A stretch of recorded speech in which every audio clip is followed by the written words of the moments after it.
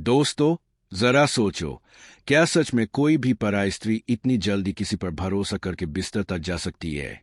पहली नजर में यह मजाक लगेगा, पर सच यह है कि यह खेल मनोविज्ञान का है।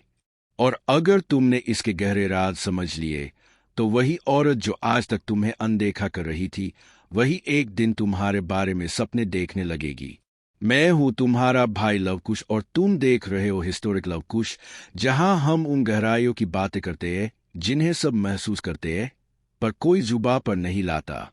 कभी किसी शादीशुदा औरत की आंखों में वह नमी देखी है। वह सीधे कुछ नहीं कहती, पर तुम्हें अंदर तक भिगो देती है। उसके होठ खामोश रहते हैं, मगर जिसमें भूख छुपी होती है। वह दिन में किसी और की पत्नी होती है, लेकिन रात में किसी और के ख्वाबों में भीगती है। और तुम सोचते रह जाते हो, यह धड़कन प्यार है या पाप?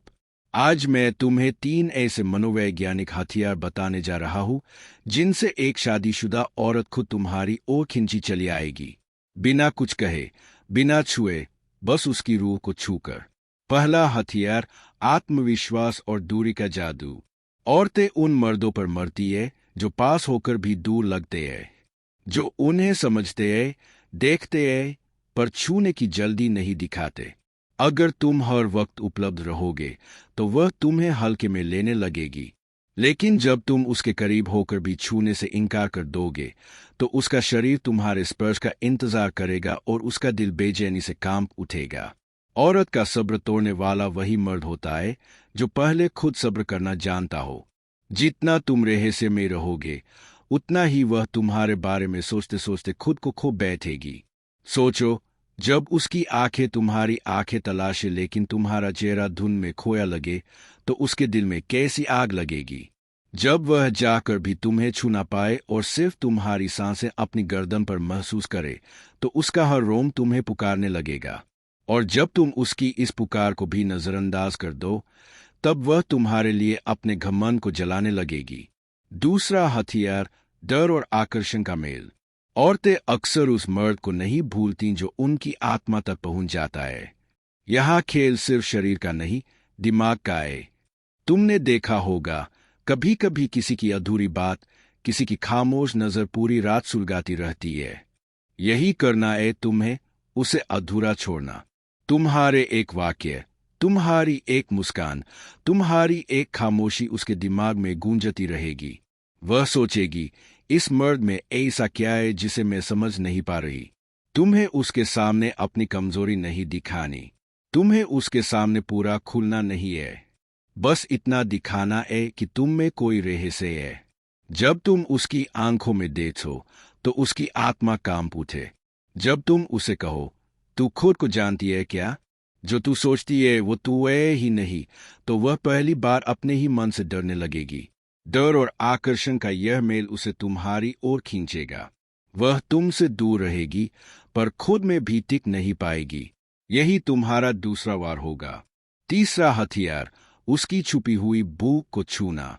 हर औरत के भीतर कुछ अधूरी इच्छाएं होती है, जिन्हें वह कभी किसी से कह नहीं पाती। पति समझ नहीं पाता, समाज सुनना नहीं चाहता।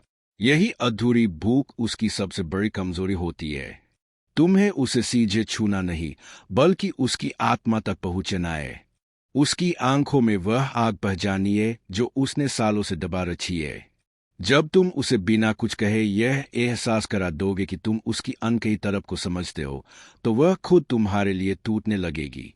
याद रखो, औरतें उन मर्दों को जल्दी भूल जाती है जो उन्हें छू लेते हैं, पर उन मर्दों को कभी नहीं भूलती जो उन्हें छुए बिना उनकी आत्मा को हिला देते हैं।